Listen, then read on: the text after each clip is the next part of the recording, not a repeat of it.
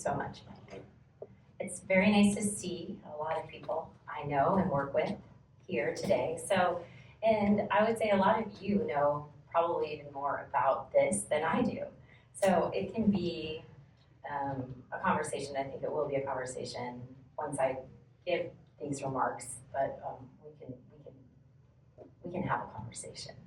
I also was on the mayor's revitalization task force with Jennifer and Chris, and I signed Jennifer's manifesto because it was really well thought out and it was a grassroots document and it was very thoughtful. So we've continued to do that work together, and she continues to be on the advisory board for this work that we are doing now in this, I don't know, second iteration, 12th iteration, 20th iteration, just depends on your perspective on what we're talking about with the Downtown Arts District and the Civic Center revitalization.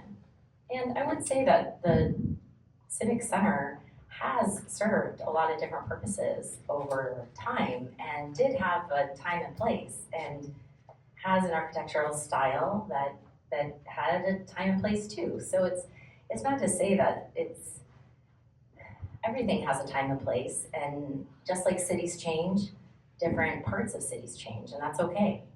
Change happens, and just like cities continue to change over time, parts of cities change over time, and that's good, and that's why we're all here, and it's exciting, and it's part of why we want to look back at history and honor history, but continue to move forward. So that's just a little stage setting. So, and as Mike said, I mean, I've worked in the city, I've worked for different higher education institutions, San Diego State and at Cal Poly. I've worked for hospital systems. I'm a land use attorney by background. So all of this is really interesting and exciting to me. And I'm honored to be here, and I love to work with different parts of the community to just get our best ideas and move projects forward. And implementation of ideas is also very important to me.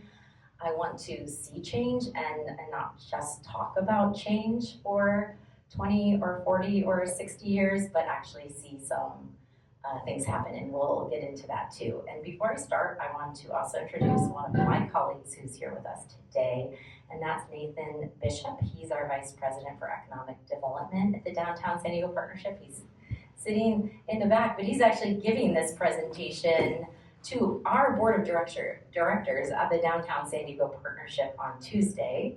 I'm going to be away in Charlotte, North Carolina at Bank of America's headquarters. We were very fortunate to get a $200,000 grant from Bank of America for our work at Lot O with the unsheltered Lot O, where we have our residents that are unsheltered here in Balboa Park. And that is the date that I'm going to go to receive the $200,000 big check from Bank of America. So he's giving this very presentation at the Downtown San Diego Partnership Board of Directors. So he could give it here today also, but I am very pleased to be here today. So the Downtown Arts District, and why I'm starting there, is this really needs to be centered in that context. It's not just the standalone 6 parcels of land. You really need to understand it, and all of you know that, and you know what downtown is about, and we want to not just be in isolation, but talk about the neighborhood in which we are sitting.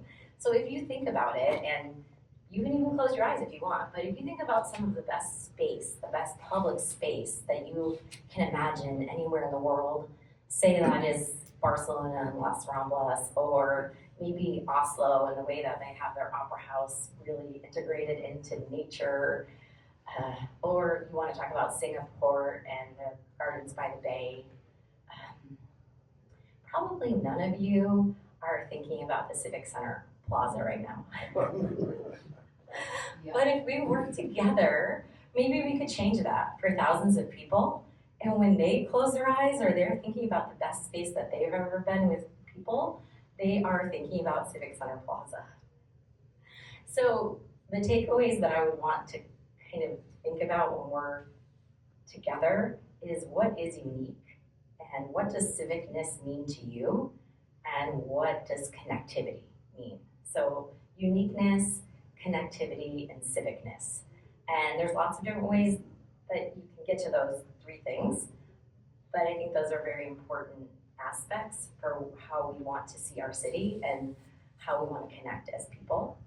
And I know that Megan did a lot of really thoughtful work with her students on this last year, and I get to see some of those really awesome presentations.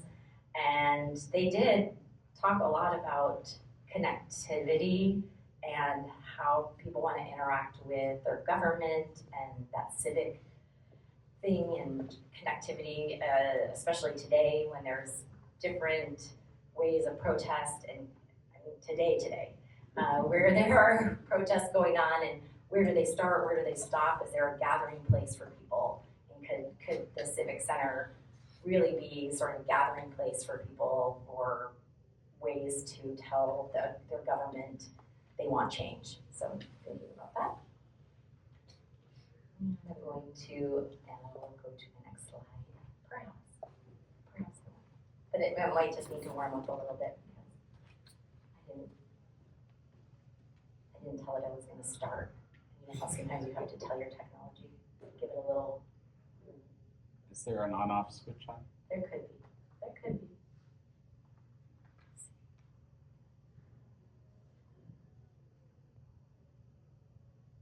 Yes, there is. Thank you. Thank you very much. So I wanted to give you right from this downtown connectivity. I'm not even going to Civic Center next. I'm going to C Street next. Why am I going to C Street next? Because it is important, again, to connect Civic Center to C Street to this whole area. And I'm giving you a lot of color and a lot of art, and we're going to get into why in a second. And we are doing this in conjunction with the Prebys Foundation. The Prebys Foundation has provided quite a bit of resources to the Downtown San Diego Partnership to do this work. I think that's an important aspect and why this time might be a little bit different than the last 2 or 3 times that different groups have tried this. It does take time, it takes capital, it takes risk, and it does take resources to do this work. We are pushing forward in an environment where the mayor came out and publicly stated that he was not going to be working on looking at City Hall anymore, either there or anywhere. We are in an environment where the city has at least a $250 million deficit in this year, and probably a similar deficit in next year. We are in an atmosphere where there is not a lot of other capital available. So the fact that we have a local foundation that's pretty new, only 5 years old, and that is really leaning into city work and urban work is significant for San Diego. We haven't had that, and when redevelopment went away in 2008, we haven't had a group really focused on downtown or on urban development in this way. I mean, Civic is a wonderful organization still, but they don't have that kind of funding anymore. And this has been very, for me, transformative, because I didn't have any group giving the Downtown Partnership lots of money to do this kind of work. And you may have also seen that Jonathan Gluss, who is the Executive Director of Arts and Culture for the City of San Diego, is now coming over to the Downtown San Diego Partnership as of Monday to be a fellow for us for 3 years to work on arts and culture. He'll be working on really urban arts and culture, and especially standing up this arts and culture district in downtown San Diego about 60 to 75% of his time, and then working on other arts and culture initiatives on behalf of the Prebys Foundation about 25% of his time. So that's the first fellow that they will be funding in the county of San Diego, so this is pretty significant for our urban areas as well. And just a refresher, the Downtown San Diego Partnership, we talked about our mission, and our vision really is this sense of belonging and creativity so that downtown really is everyone's downtown. The Downtown Partnership was formed, many of you know, in 1993, and it was a merger of 2 different organizations. Those organizations weren't necessarily always known for being as inclusive to all sort of different folks around the table. That was San Diegans Inc. and CCA. So San Diegans Inc. was sort of big property owners and bankers, and CCA was more the shopkeepers and shop owners in downtown. But we have an intentionality, especially our board of directors, and I've been in this role almost 8 years now, to make sure we have a lot of different voices around the table. We have a membership-based organization, so we have about 350 different businesses that are members of the partnership, but we also have a lot of nonprofits. That was new when I arrived. We want a lot of different voices around the table. And we have a strategic plan that was adopted in 2003 to be America's outdoor downtown. And that is important because it is something we worked with a lot of different agencies on, from the Tourism Authority to Biocom to the EDC to the Chamber of Commerce to many other affinity groups, to make sure that that worked with where all these other organizations were going, and that we can be that for our residents from North County, South County, East County, and the city of San Diego, so that everybody feels like this is their downtown and this is the heart of the region and everyone is welcome in the city of San Diego and in downtown San Diego. And I think everybody knows, but if not, just to orient you, we're talking about the yellow section in the middle, the city center section. So right, that city center section where City Hall is, and the Symphony, Civic Theater, and those kind of assets that the city has. And the reason we're talking about this arts and culture district is we do have fixed assets, and we're going to get into that a little bit later.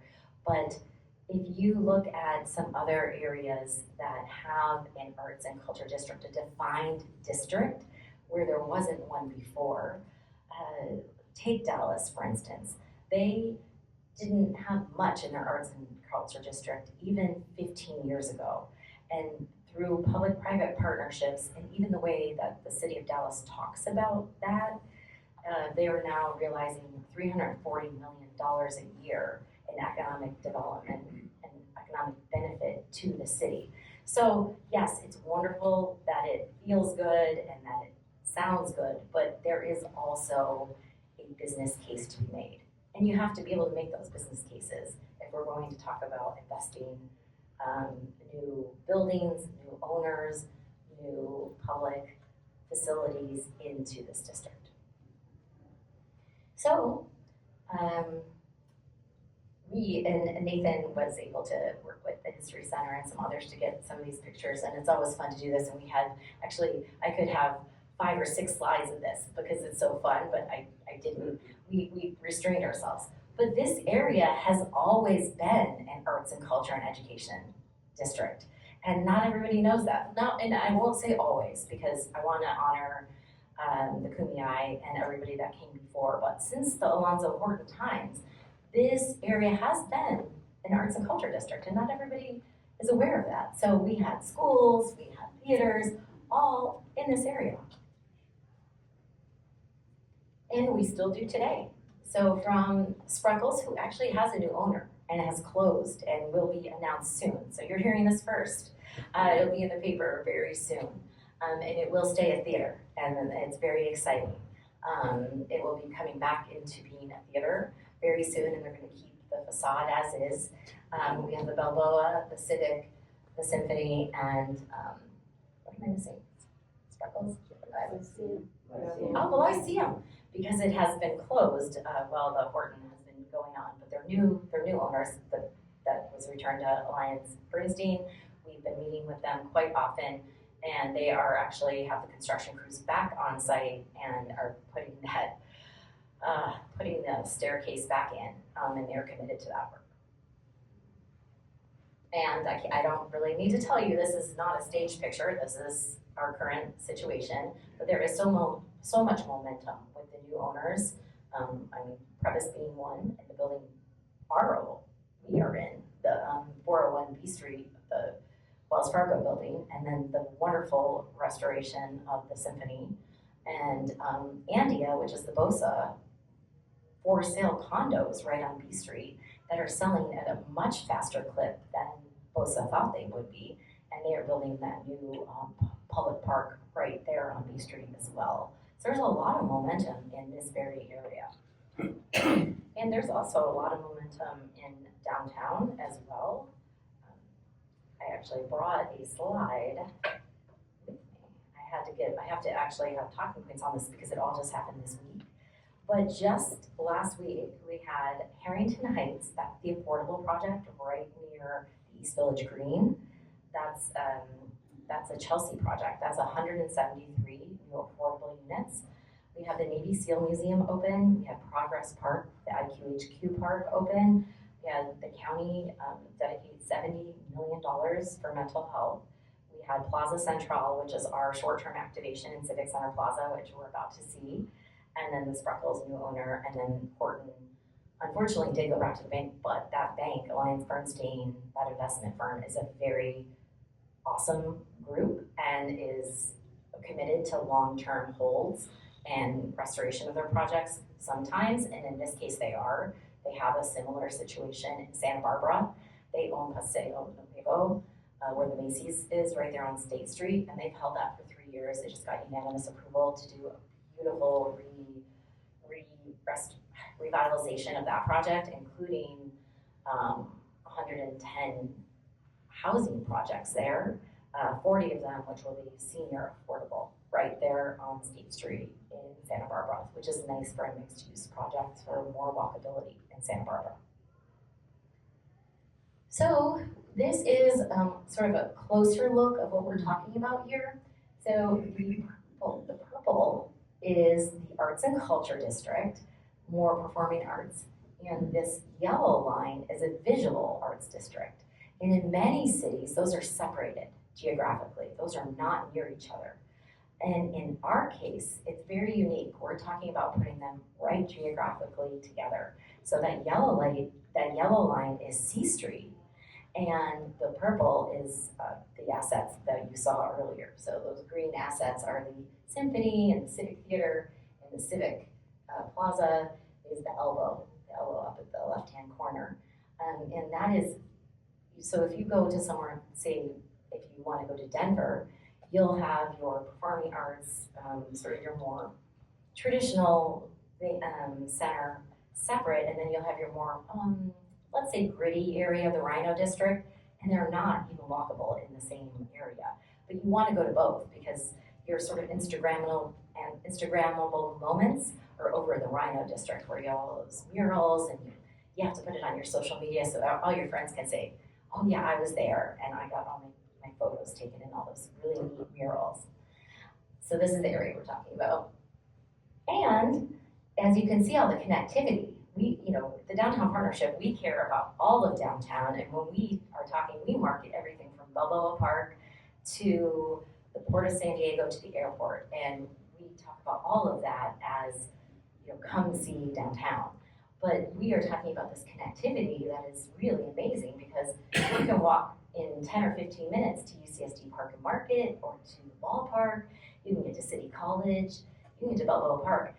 Do you know that from City Hall to Balboa Park, it's only 0.9 miles? It doesn't feel like that. It is not the most pleasant, walkable experience right now, but we want to change that. And we have the new School of Architecture now on B Street. We have all of this wonderful, momentum, but we're not there yet. And with all of us working together, we can really change the dynamic. And even if you're at Civic Center Plaza right now, just to the west of it, we have the wonderful water. We have the USS Midway. We have Freedom Park that's going to be there. We even have a Whole Foods that is opening in May, just 2 blocks over. But right now, it just feels like a physical barrier where Golden Hall is, and it just doesn't feel like you can even go over there, and it's 2 blocks away. So I use this slide sometimes because I'll be speaking to a group, and a lot of companies will have this wonderful skyline of downtown right on their main website. And because it is really important to have a vibrant downtown. When you're attracting talent, when you're attracting new business, and I'm so happy that they do. But these companies aren't even headquartered downtown. They're headquartered in North San Diego, East San Diego, South San Diego, and that's fine. But they need to care about what happens in downtown. And their websites show a big skyline of downtown right on the front page. And so that's how I say, I need you to be involved, I need you to lean in, and I'm happy to come to your business, I'm happy to talk to whoever you need me to talk to get them excited about what we're doing in downtown. And we did hold a whole bunch of workshops before we came up with our vision plan for the Civic Center Plaza, which we're getting to. We're leading up to the Civic Center Plaza here. But this is some of the things we heard. We heard that people first. We need a gathering place for people, for San Diegans. We really wanted to focus on San Diegans rather than on tourists, because we know that if a place is appealable to the people that live there, tourists will come too. So we are really focused on San Diego and San Diegans. We are focused on activity, meaningfulness, a place for celebration, and aspirational. And we also have activity there because we want it to be clean and safe. And with programmed activity, that will lead to all of those things, a clean and safe and vibrant and exciting place to be. And also, we want it to be one of those places where you linger and you wander and you want to see what's around the corner. And that's that whole C Street idea where it's going to just be a lot of color and a lot of excitement and a lot of artists. And you can kind of see those garages that roll up and that there's people doing performance art and music, and there's a trolley going down the middle. I mean, it's an asset though. We wanted to see it as an asset, and you can be loud and you can play music and it's okay. So the Civic Center priorities are culture and education, purposeful housing, iconic public space, and a true neighborhood. Because there's 6 parcels there. One parcel is 101 Ash, and there is a 100% affordable project plan there. So you will see that parcel on here. We hope that that project is successful, but we are planning that space anyway, just in case it is not and it comes back to the city. So we want to make sure we have a intentional plan there in the off chance that it is not a successful project and it comes back. So we didn't want to not plan for it. So there's a lot on this slide. It's a pretty busy slide. I could try to walk you through it, but we have plenty of time and I can always bring the slide back up later if when we get into the conversation. These are just renditions because if you listen to Voice of San Diego or you know San Diego, we like renditions, right? We like to have pretty pictures of what it could look like. But these are just vision documents, so ideas. And this is at full build out, 15 or 20 years from now, what a site could look like. This does not mean that these buildings will be this exact place. Something that is very important to our working group is that the Civic Theater remains in place, and that if the Civic Theater were to be redeveloped, that it would never be dark. So Civic Theater would continue to have shows at Civic Theater until such time as a new theater was built. So there would never be a time when there were not a place to have the Broadway shows and the opera and all of those things happening.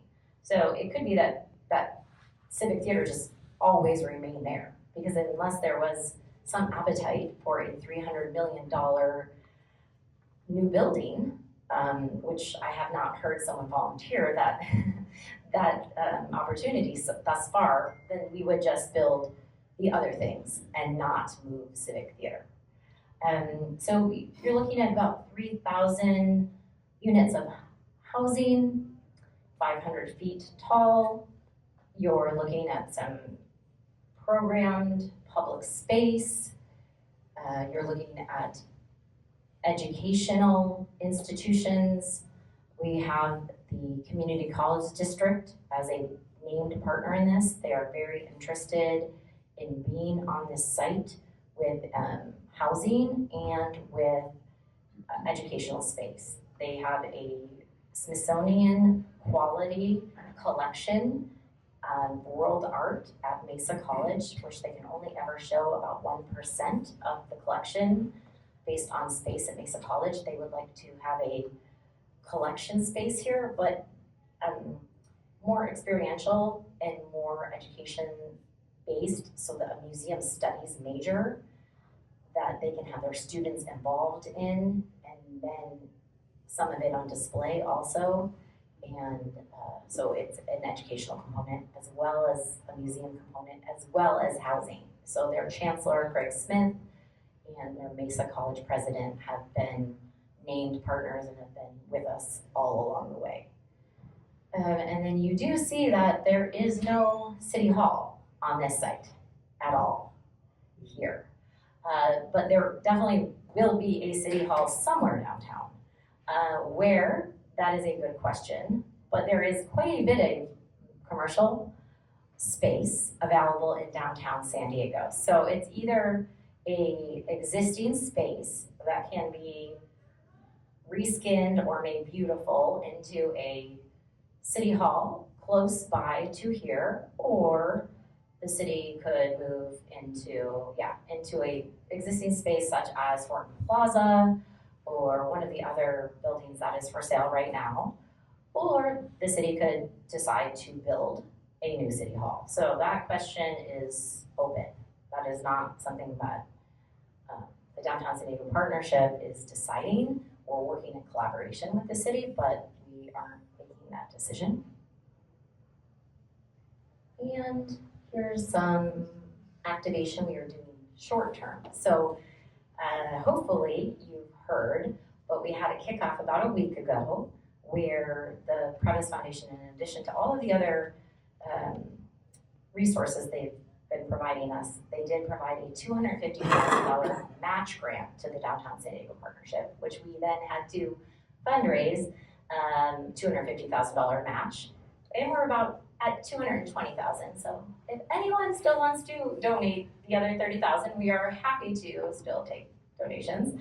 But we have Plaza Central. We are really leaning into our binational assets. We believe it's an asset to be working with our partners in Mexico. We have always thought of our partners in Mexico as an asset. We still believe that. So we are leaning into that binational feeling, and Plaza Central is here. And we program this space every Tuesday, Wednesday, and Thursday from 11 to 2. And it just started a week ago. And just last week, we had we have data on all of this. So we only have 2 days of data because it just started. And Tuesday it rained. So Wednesday and Thursday were our first days. And Wednesday, we actually sold out of food. It was so popular. And I think that's a good problem to have on our first day. But we have music, we have food, and we want to show that it, in the short term, it can be a lot more beautiful and a lot more of a gathering place than it has been given any sort of credence to be for the past at least 15 years, if not longer. I worked in that building, CAB, from 2000 to 2008. We did have downtown Johnny Brown's at that time, which was a gathering spot, and it was a nice gathering spot to have. But, it wasn't a nice space, but it was a nice, it was a nice concept to have a gathering space. If this goes very, very well, we may add a happy hour component at least once a month or once a week if it really goes well. But we've been getting great data, both in some anecdotal, like we have some nice texts, one from Elise Lowe and Brian Schoenfish, just saying this is amazing. Like we have city staff that are almost like crying that someone is caring enough to do something. So, those little things matter too. And this is actually not a little matter for our team because they have to take everything out every day, put it all back in to Golden Hall. and program the space, but I'm very appreciative of this $250,000 match grant and all the donors that came forward to make this happen. And we plan to do this for a whole year and take all the data and maybe change things up as the data comes forward. So as far as location, this is right there, right in front of downtown County Grounds, right at the plaza there. Yeah, right in the plaza. So you may wonder, and we wonder, how do we get more people involved? Because this has been, people have asked, like, how do we get more involved? So we do have ways. I mean, even if you're part of an organization and you support this in theory, we would love your logo. We would love to get you involved because we have some grant opportunities coming up. We have a Sanday grant that we are #1 in the running to do some really amazing activations on C Street. And to let you know how this came about, this was a ULI TAP. And those ULI technical advisory panels are so amazing. We went through that 2 years ago, and thank you to anybody that was on that ULI TAP. But it's coming to fruition. Hopefully we'll be at Sandag in December or in January. It was supposed to be October, but that got, anyway, it's going to be back in December or January. It's looking very strong for our application. It's a #1 scored application with the city. It's joint with the city of San Diego. And if we can get that grant, we can really do these things on C Street that we're talking about. And then, of course, we have investments. But if anyone even wants to come and talk to your group or anything after this, is something we are really wanting to get going. Oh, and with that, this is a wonderful picture that is not mine. Looks like La Jolla. No, it's not La Jolla Cove because there's from here it looked like La Jolla Cove over here. But with that, I think I'm through. Mike, and we can do questions.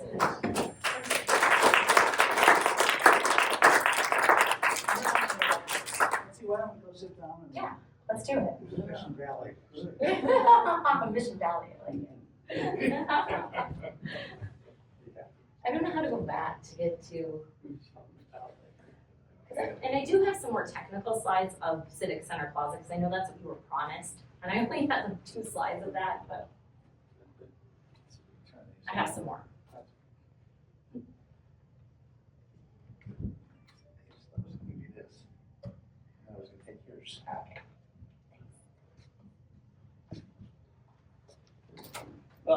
What I would like to do is ask Betsy some questions or make some comments, and call on people in the audience if anybody wants to make a statement or question or whatever it may be. I have a couple of things I can't resist. One is all the work that Betsy has talked about, the partnership is doing with the plaza, is, everything's of its time and place. And it's interesting that we are competing with the No Kings protest today, which is starting at the plaza. And the irony is, the plaza at the Civic Concourse was designed to discourage gathering of people. I mean, that's the time and place, and that was the thoughts. And now we're really talking about something entirely different in terms of how people gather, the importance of a place to protest, if that's what we're going to be doing. So I just had to throw that out. I also want to say something else. That people have declared that downtowns are dead, that the age of downtown is gone. And I think what you saw on the screen was, that is not quite true, that things are happening. I just, because I want to use a quote I have written down. Betsy was just in Washington, D.C. a couple weeks ago at the International Downtown Executives Association Convention. And she went to the National Building Museum. And there's a exhibit there on post-pandemic downtowns. Wow. And that they're coming back. That this is the curator talks about, this is really a time of great potential for downtowns. One of the downtowns that was on exhibit was Betsy, was our downtown, which is important because we have worked for years to really make a heart of a city and something that really we can all be proud of. Why do you do these things? Why does the civic enterprise get involved, the city, or whether it's a nonprofit like downtown partnership, it is to lift our hearts and inspire us, to really give us a place that we call home, that is part of our physical manifestation of who we are as a community. And I think that's what's going on. I have a couple of questions that I just, and you've already answered them, I think. But one was, how is all this going to play out? And that was your last slide about organizations involved. And finding money is always going to be a critical issue because we are a very cheap community, and we don't want to pay for things, and it catches up with us. Can you say a little bit more about how you look at the role of the public realm? You talked about the corridor along C Street, connecting everything, the Arts District, how perhaps Jonathan's going to work on all that. Can you expand about that a little bit? Sure. Oh, hello. Yeah, sure. Yeah, I think it's important to know that definitely downtowns are just changing. They're not dying. I mean, at the International Downtown Association, which I am really honored to be on the executive committee and will be chairing in probably about 2 years, I get to see the opportunities around the world. And it's interesting when I'm there because everyone's always like, wow, you're in San Diego and that's such an amazing city. And I'm always ready with my flak jacket to just be ready just to be pummeled about every issue. Like, oh my gosh, it's so dirty and there's so many, unhoused, and like, because I'm so used to my day to day. And then I go away and it's just like all glowing. So it's just it's a very interesting juxtaposition, I guess. But that is based on data. And on every account, San Diego is in the top 4 downtowns in the US on every single metric of post-pandemic. Return to work, pedestrian counts, visitor rebounds, but we are very hard on ourselves in San Diego. And I don't want to be any softer. Like, I want to keep doing better, like every single day, and we need to do better. And the Downtown San Diego Partnership needs to do better, and we need to innovate how we do clean and safe, and all of those things are absolutely true at the same time. That we can still be seen in the US as this wonderful, amazing city. However, internationally, because I do travel internationally too for these meetings, and go to Amsterdam, or I'll go to, I didn't get the opportunity to go, but my colleagues went to Singapore, and like that is a different level. And so we definitely have room to grow. But what would I say is that downtowns are actually more important than ever because the world is becoming more stratified. If you read like Chetty or Bowling Alone or those things, we have more choices. And there's hardly, you can choose to never see people different than you now. You can choose, if you say have the means, to never leave your beautiful enclave. And so if we don't have reasons that people of different socioeconomic levels want to be in the same place, they don't have to be. So Balboa Park's a good example. Like, I want to be in Balboa Park, and I think a lot of people of different socioeconomic levels want to be in Balboa Park and maybe bump into each other. And that's important because if you are a, say, low opportunity kid, how are you ever gonna see those people? And so we have to keep having those opportunities and more of them because our world is getting more and more stressful. You never have to see news that you don't wanna see. You never have to have an opinion and interact with someone. So I'm like wanting to lean in 110% more into this work. Let's see if anybody in the audience would like to say anything. Very quiet. Okay. Frank? So, in first of all, Betsy, thank you for someone having vision today. I mean, I think it's amazing, and I'm really happy about that. The other observation is a bit of a deja vu for me because I've been around in downtown for a long time, and this idea of a vision growing out of downtown happened a few years back, and I guess my observation is it wasn't just about downtown. It really created urban renaissance and urban city all around San Diego, from North Park to South Park to all kinds of different places, where, and even stretching into in some ways into the suburbs. So, you know, I guess what we're doing now, what you're doing, I think we need to look at it, because there's very much of a hangover from COVID and economy and politics and all that kind of stuff all over San Diego. Really hard to have a conversation with anybody about creativity in the urban environment, which is really disappointing, obviously. But I think what you're doing has the ability not only to, bring creativity back to downtown, but to be something that again becomes a kind of an influence on waking up a lot of other areas in San Diego and such. So I think it just needs to be looked at from that perspective as well. It's obviously very important. So thank you. Thanks, Frank. And I would say, I live in Scripps Ranch. So I don't live downtown. I'm the biggest proponent of downtown, but I have two teenagers. I have a 16 and 18-year-old.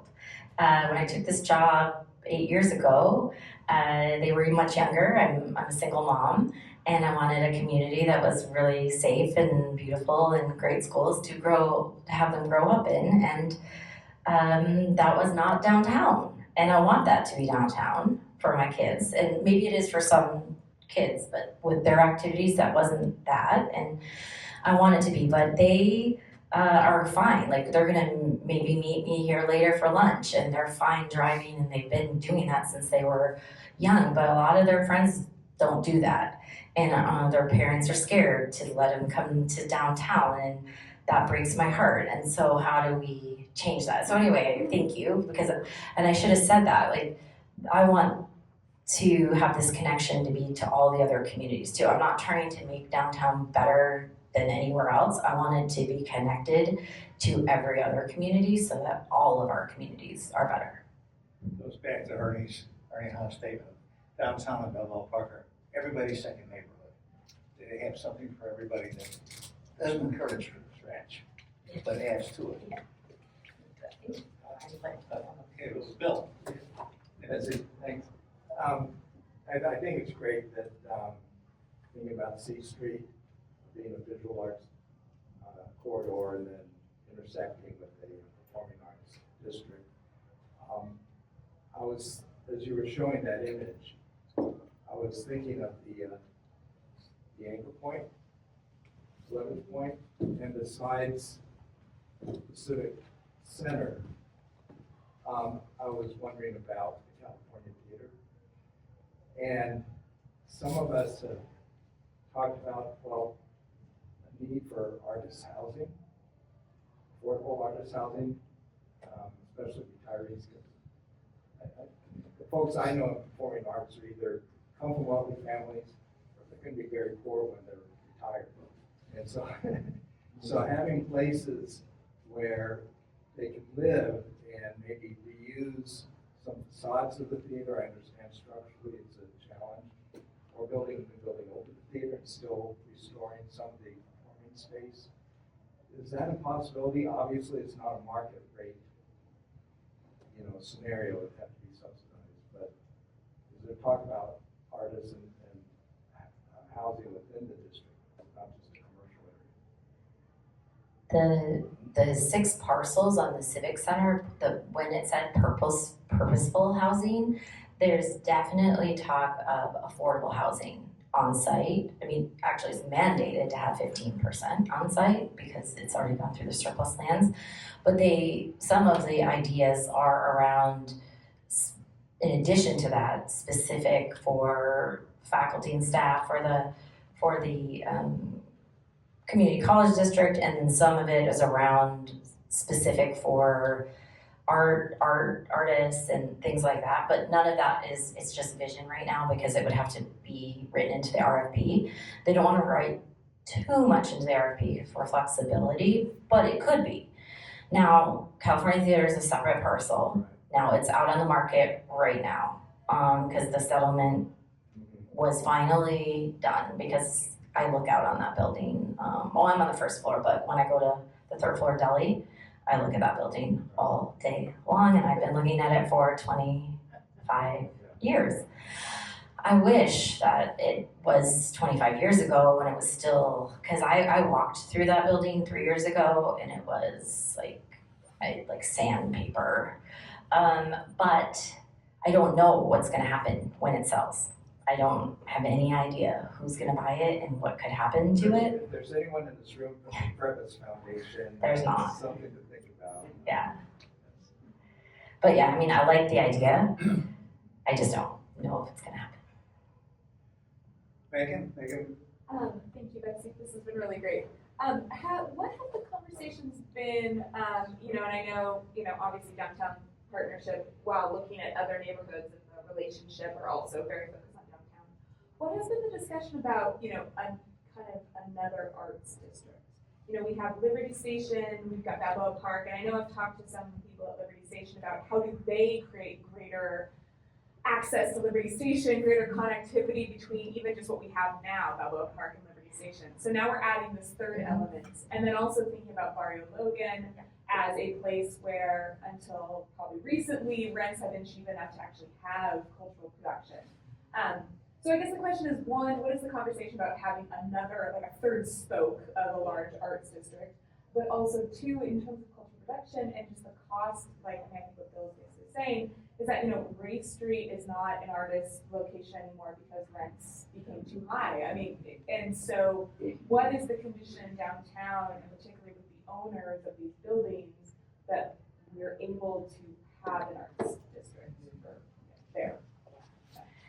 It's actually interesting. We've been talking a lot to Liberty Station, the Black Arts District, Barrio Logan, La Jolla. It's wonderful because actually the more arts district we have, the more we're on the map nationally and internationally as an arts place. It's lifting all boats. The more we have, because at first it was like, oh, is this going to be, oh, we have too many arts districts? No, it's actually the more we have, the better off it is. So this is actually going to make us more nationally known, and we could get better shows, better art quality, and better opportunities for the artists we have, because it can bring more national funding, like different foundations that really don't have San Diego on the map right now for arts funding can actually make more funding for us. As far as housing, C Street is a very interesting opportunity because we can go much higher on C Street than we currently are. We can go 500 feet on C Street. We have the height study that Prebys actually funded for us of all of downtown. We have that. We're working with the Airport Authority right now because we just never knew if it was just an urban legend. Could we go 500 feet? Or is that real? Is that GSD? Is that FAA? Is that the Airport Authority? So we can go 500 feet, and most of downtown, the community plan allows that. And we are at 42,000 residents. Community plan allows 90,000 residents at build out. So we have actually a lot of room to grow. And there are areas that may not be as desirable for luxury, such as the C Street corridor, unfortunately, but might be quite desirable for artist lofts and those kind of things. And so we are working right now with some national developers on ideas for the C Street corridor. Oh, somebody's got a hand over there, I can't. Julie? Where, how does the gas lamp fit into this? I have a friend who's recently relocated back to San Diego after being away for a few years, and he said the gas lamp is just dead. So many businesses closed. So what's your plan for that? Yes. So I'm looking at Nathan. We do a downtown discovery trip every 2 years with our board of directors, and we bring people from the county and in the city, bring some elected officials, and we go to somewhere different. We bring maybe 30 or 40 people to get inspiration. We've done Nashville, we've done Denver, we've done Reno, because there's different reasons we do different places. And in Nashville, it was interesting because we learned some very important good things and maybe opportunities we wouldn't want to do around oversaturation of entertainment districts. And that's one of the reasons we went there. And we met with their mayor, we met with their night entertainment director for the city, they have that. And one of the reasons was because a lot of those property owners are still realizing very high rents and are doing quite fine financially. But the programming from morning and afternoon is not great for our downtown community. So there's a disconnect that could be, the Gaslamp Quarter Association is a different association than the Downtown Partnership. We are not in control of what they decide to do, but there could be some opportunities for programming during the day that the Gaslamp Quarter could do, because those properties aren't necessarily incentivized to do much more during the day because their rents are just fine.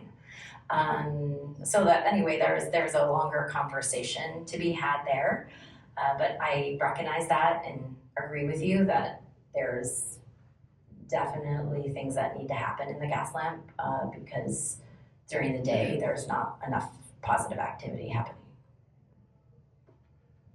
Marty, and then the person. First off, Betsy, thank you so much for this. I mean, these kinds of conversations are so important in our city, and your vision for it, your enthusiasm really comes out. Thanks, and it's all of ours, hopefully. So I want to go to two things that jumped out to me. One was your splash page of CBRE, and the other is Mike's early on. He said it 2 or 3 times today about downtown is everybody's second neighborhood.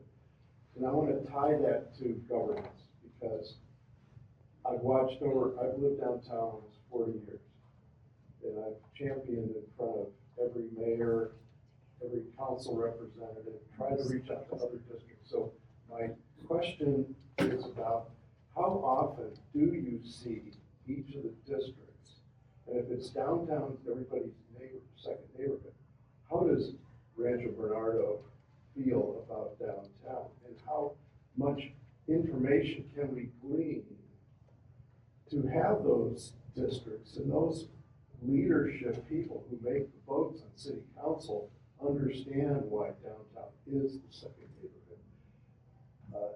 I feel, just my 2 cents worth of observation is that we've got to get to have those kinds of people understand and have the neighborhoods, have some effort to have those neighborhoods understand the other side of it. If we're saying, and Ernie Hahn's right, that this is everybody's second neighborhood, how do those neighborhoods feel? Do they feel like downtown is their second neighborhood? And if we could understand that better, that may be a gold mine for our efforts on leading this passionate vision led by our mayor for the entire city of San Diego. And that's kind of what Frank was getting at, is downtown is spilling out into all of San Diego. It's getting national and international recognition. It's doing so many right things. But when the votes come and the funding comes, which we don't have any of now, but we will, what are your thoughts on the governance side of all this? My real thoughts or my? Sure. So, yeah, I mean, you know, when I was at the city, I was there from 2000 to 2008, and I was the chief of staff for the San Diego City Council president, the first one. His name's Scott Peters. He's now our congressman, one of our congressmen. I'll interrupt. Scott was so inquisitive about all of this. Mm-hmm. That he really sought me out after presentations to talk and learn about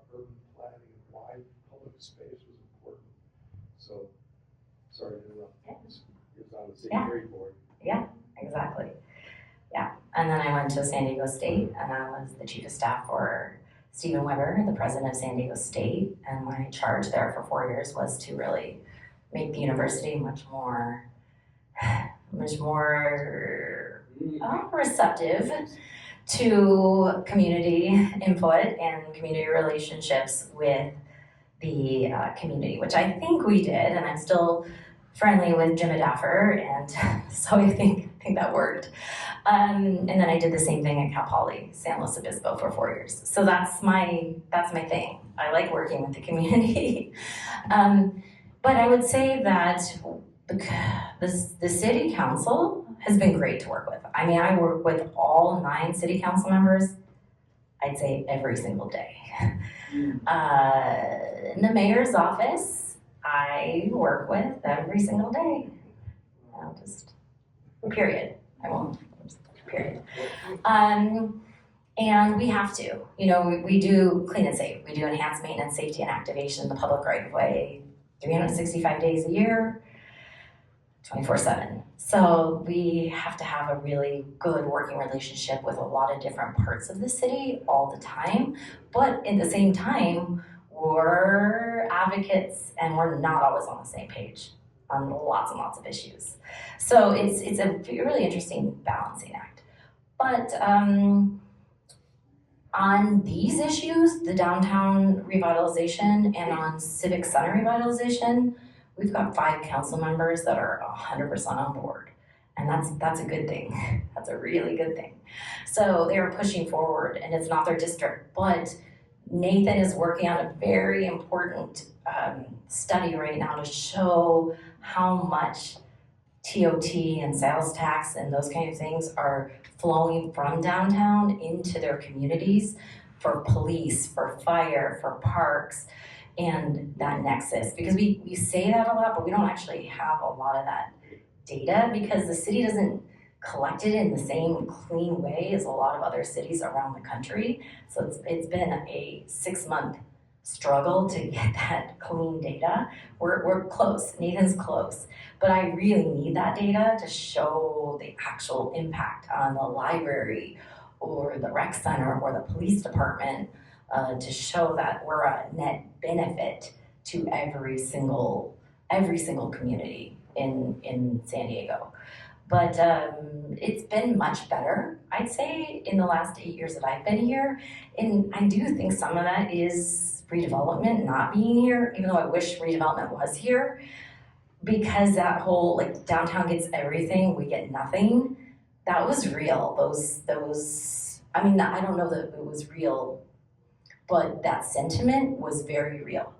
And I would say also at the Downtown City Partnership, right or wrong, we are the only downtown association in the United States, and every single major city has one of us. They're all funded differently. They're all very different. We are one of the largest by geographic area and by budget in the United States, top 5, both of those, for many different reasons. I mean, I have many different revenue streams going on, and I've built a lot of those revenue streams in the last 8 years. But we also have a PAC. We have a political action committee. And whether it's right or wrong, we do. And I have every single council candidate and every single county supervisor answer our questionnaires because I think it's important for them to understand the downtown issues. And quite politely, I can remind them how they answered that questionnaire 2 years later, 4 years later, and say, wow, you must have really changed your position because when you answered this questionnaire 4 years ago, you said that you did support unhoused services and you did support mental health services and now you're saying you don't support them. We probably need to have a conversation. And so at least they have to do a lot of research to answer those questionnaires. And I think that's been really powerful and helpful for these relationships. And we started that PAC 5 years ago. Before that, we were part of the Chamber of Commerce PAC. And I talked to Jerry at the time and just said, hey, I would like to start, it's not huge, but it's just something that is helpful. We have a question over here. Yeah, well, hi Betsy, well, good morning and congratulations on the work that you're doing here for My name is Carlos Cabrera. I just actually met Michael a couple of days ago. And I was just talking with him that I had the opportunity to study in Barcelona and also to be living in Copenhagen for a while. And I like urbanism. And one of the main reasons those cities, from my point of view, that are so successful in the public space realm, it's in terms of the walkability. So I'm not sure if this corridor that you were showing, the C Street, is it gonna be like a closed street, just for walkability, just for the people to walk by, or if it is gonna be also a car driven street. And also you mentioned Las Ramblas. Las Ramblas, that's also one of the main reasons for their success, that their walkability. And also something, other concept that's been working really well for Barcelona, it's the concept of the super blocks, which are actually closing streets so that these other uses are happening. You know, you have restaurants, you have cafes, you have table sitting spaces outside in the street, and well, that's one of the points that I wanted to ask about and to talk. And also another, you showed the image for the vision. You showed us some renderings that you said that they're not final projects, and you show like some massings for those buildings. Is that already like a fixed plan, or are you gonna be opening that as a competition for those buildings, or yeah, if you could just expand on both. Thank you. Sure. Okay, great. Yes, I studied abroad in Barcelona and Sevilla too. So that's, I mean, a long time ago, for a year when I was in college. So that's kind of like where my inspiration comes from too. And it's funny that you say Copenhagen because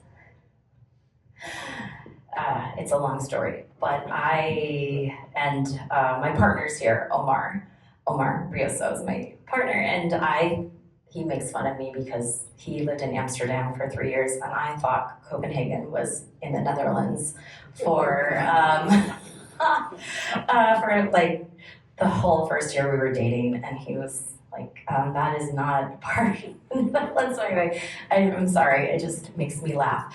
But okay, I would say that we're not sure on C Street, not right now. It is a trolley line down the middle, and it does have this very strange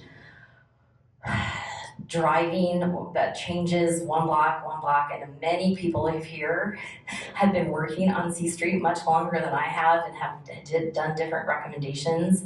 Nathan, it's right now it's still gonna have that driving, right? I think long-term, I believe the city in their 5-year capital improvement plan, the bike lanes would actually, because they stop at Park right now, and that they would actually come through. I believe that. Good, because it's a strange thing, but some of it only, because we don't have alleys, some of the only way for those people to get to their units are from that front area, so it's a little complicated, but if we can close the vehicular traffic on C, we will on certain blocks. I would say that's the story.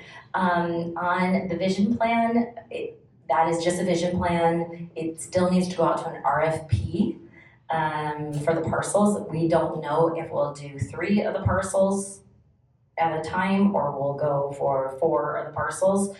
I don't think Civic Theater will be part of any RFP for the foreseeable future. I can say that with certainty. What will be in there is not as certain. This is hopefully in the next 12 months, there will be an RFP. We are working with the mayor's office and the city council right now to figure out what that looks like. But my hope is that at least 2, if not 4, of those parcels will be part of that RFP. Oh, back there then.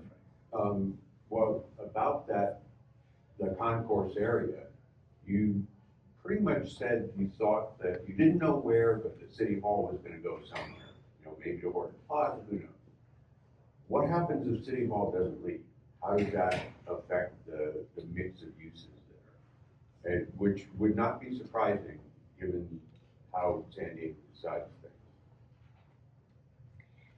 The vision plan can still work on a phasing with City Hall staying where it is. It's just a longer phasing of the plan and maybe not quite as attractive to as many development teams as it would be if they had some more land to work with. Yeah, and your renderings as they are very attractive looking. And they kind of assume that City Hall isn't there. Yeah, correct, correct.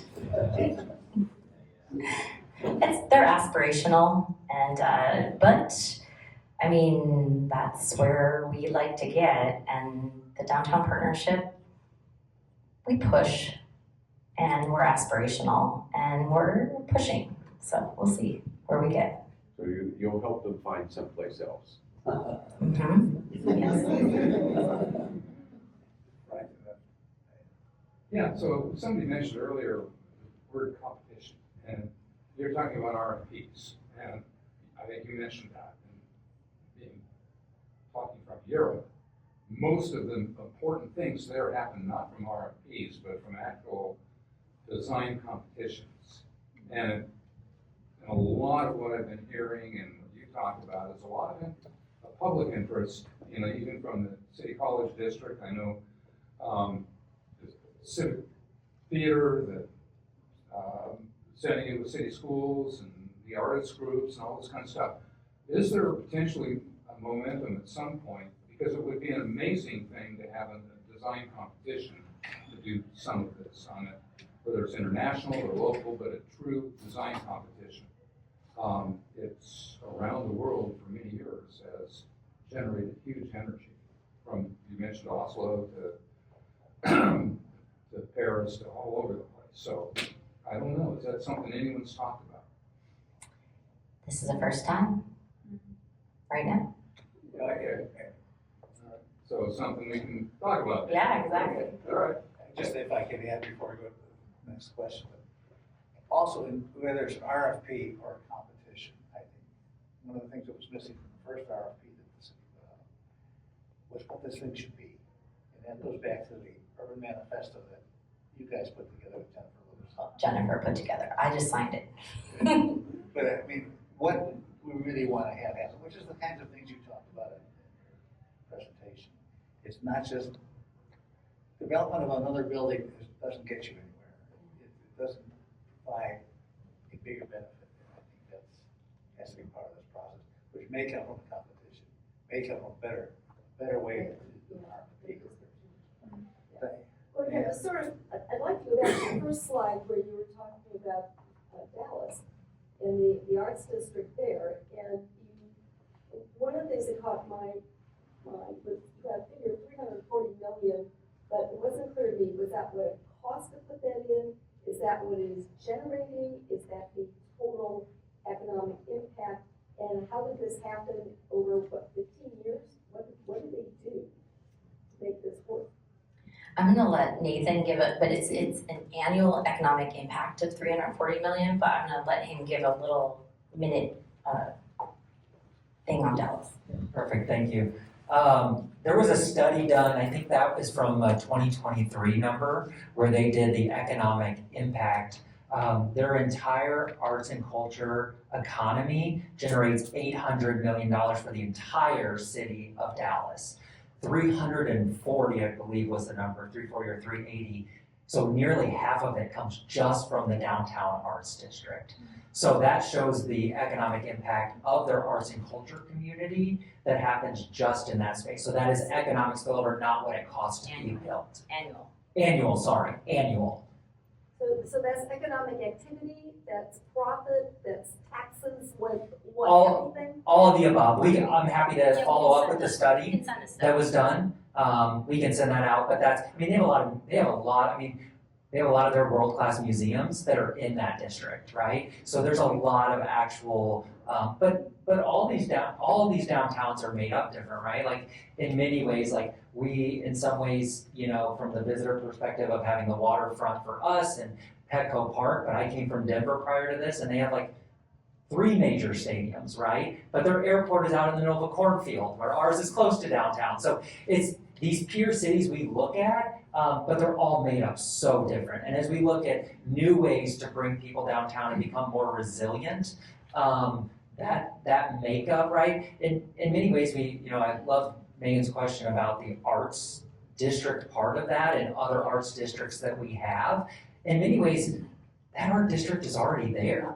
It's just not elevated and promoted and packaged. It's just one-off venues, right? We showed 5 venues, and they're all operating in a silo instead of together and being promoted to the world. Just a technical question, does that 340 million, is that the direct economic activity in the district, or does that include the multiplier? I would have to go back and look. I mean, a lot of those usually have the multiplier, but I'll just send out the study so that it can be. I wanted to make a point, we were talking earlier about how do we make downtown relevant to the rest of San Diego. It's going to be from the multiplier. Yeah, I think this has a multiplier. I think this has a multiplier. Always do those Good. So the second part was, how did they get there in 15 years? With what, nothing? I mean, and we'll send it out, but they have public-private partnerships, and they built it. I mean, that was a vision, and they did it. Does that translate here? Parts of it could. I mean, and it was one example, but we had 4 or 5 that we looked at, but he just wanted one for the slide, but yeah. We've looked at Cleveland, Detroit, Vancouver, Indianapolis, and one of the things that we are exploring, right, is that where, I think Betsy mentioned, where the visual arts district is completely different than the performing arts, usually called a theater district and sometimes an arts district, and we're looking at what happens when you bring the entire art community together in one space with education. And knowing this is just one of many arts districts, I mean, we acknowledge that, and we celebrate the other districts too. Couple things, to go back to 2008, there was a competition for this that I happened to be on the winning team. Oh. It provided a new theater, it built housing, it provided a new city hall, it opened streets to the public that were closed. It was going to be the first LEED Platinum city hall in the United States. Still beautiful. And Carol DeMaio decided to put out a negative information campaign on the financing of the developer. The developer turned out was doing tens of billions of dollars of projects in Portland. If you go to Portland and you think Portland's got a beautiful design waterfront and medical district linked with they built a aerial tram to connect their medical district. That developer, who was a loser, according to Carl DeMaio, and I get really mad about this stuff because it was there. It was all there, so that's why I go back to the governance is so important, because I think of every project that I've been able to build in this place, and there was always a vision behind it that some leadership, either somebody on UCSD's San Diego State or the governance downtown, there was some vision behind it in a government entity that said this project is important. Then there was funding. There's always governance and finance that were the 2 things that were already in place. And here I'm a dumb little designer, and I get to design beautiful stuff because there's the wind at behind my sail. And I realized that design is not a problem for San Diego. We have great designs and plans. It goes back to the Nolan plan. We can just implement parts of the Nolan plan, and that's part of what Betsy's sharing here are these connections that I felt like my heart was torn out when, in my opinion, when redevelopment ended, because that's the $150 or $120 million that was earmarked to be spent on public open space was the last ingredient of the redevelopment that was going to happen downtown. Even the Bilbao, look at the Guggenheim, the Bilbao area. Yeah. So just to say that I encourage everybody to get behind cheerleading the way Betsy's doing to elected officials and to people. You know, when I'm downtown, I'm walking, I'm seeing all these people, and I live on Kettner Street, and I have my garage open, and people are looking at my house, and they're, wow, you've got a car lift downtown. This is the weirdest thing I've ever seen. I said, well, you know, I kind of don't need to drive downtown. And I take time with everybody I see, because they're coming from other places, to just talk about why downtown is a great place to live. And I can walk to do everything now. And it's changed over the 40 years I've lived downtown. It's really improved to where you can literally walk for everything now. So champion it. Betsy's doing an amazing job. That spirit you have is. I think, I'm gonna close, and I think that's really the point, Marty, that it takes a storyteller to tell the story and bring people on board. And then you can begin to do whatever it is that you want to do. And there has to be the strong story and the strong storyteller or champion to do this. Because I remember Carl DeMiles thing, and he had his own agenda, which had nothing to do with the Civic Center really, but just his own agenda. But I'm gonna close, and I wanna, before I thank Betsy, I want to say that all the things that have been talked about, we're doing, is something that's a continuing process. City building is a continuous process. It's like building a personal relationship. If you don't work at it every day, it's gonna fail. And I think that's where we are today. The Downtown Partnership has taken the lead, and Betsy is taking the lead in really bringing back a lot of this stuff. One of my first jobs at the city, when I was with the city, was looking at ways to enhance the Civic Center to make it better. We talked about murals and everything else, and that was 50-some years ago. So it's The murals are up as of last Thursday. and so I want to thank Betsy. Thank you very much.